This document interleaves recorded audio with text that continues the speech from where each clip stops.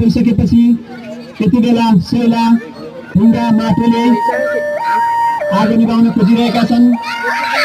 यति बेला आगो नियन्त्रणमा नआइसकेपछि स्थानीय व्यक्तिले नेपाल प्रहरी र सशस्त्र प्रहरी बल नेपाल नम्बर 15 गण 5 कल काभ्रेमा खबर गरे पश्चात सशस्त्र प्रहरी बल नेपाल नम्बर 15 गण काभ्रे 5 कलबाट व्यक्तिगत सुरक्षा सहित टिपी पर्सनल प्रोटेक्टिभको बेलसहितका पर्याप्त जनशक्ति भइसकेको देखिन्छ। आग लागि भएको स्थानमा सुरक्षा निकाय परिचालन भइसकेको अवस्था देख्न सकिन्छ। पर्सनल प्रोटेक्टिभ इक्विपमेन्ट सहितको पर्याप्त जनशक्ति दमकल र आग लागि नियन्त्रण गर्ने विभिन्न स्रोत साधनहरू सहित उक्त आग लागि भएको इलाकामा पुगेको दृश्य यति बेला देख्न सकिन्छ। यति बेला फायर फाइटिङ टोलीले आफ्नो काम विभाजन गरी कर्डन ग्रुपले सुरक्षा दिइरहेको छ। घटनास्थलमा भने फायर फाइटिङ टोलीले आगो निभाउने काम गरिरहेको देख्न सकिन्छ। त्यस्तै गरी साल्भेज टिमले आगलागी स्थलबाट सामानहरू निकाली सुरक्षित स्थानमा लैरहेको पनि देख्न सकिन्छ।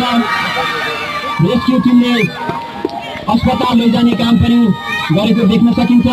मेडिकल टोलीले सामान्य घाइते भएकालाई प्राथमिक उपचार दिइरहेको पनि देख्न सकिन्छ भने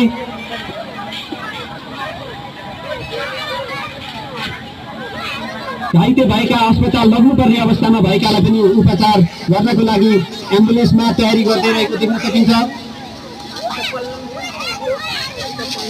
यति बेला नेपाल प्रहरी र सशस्त्र प्रहरी बलको टोलीले संयुक्त रूपमा आगो नियन्त्रण गरिरहेको अवस्था छ।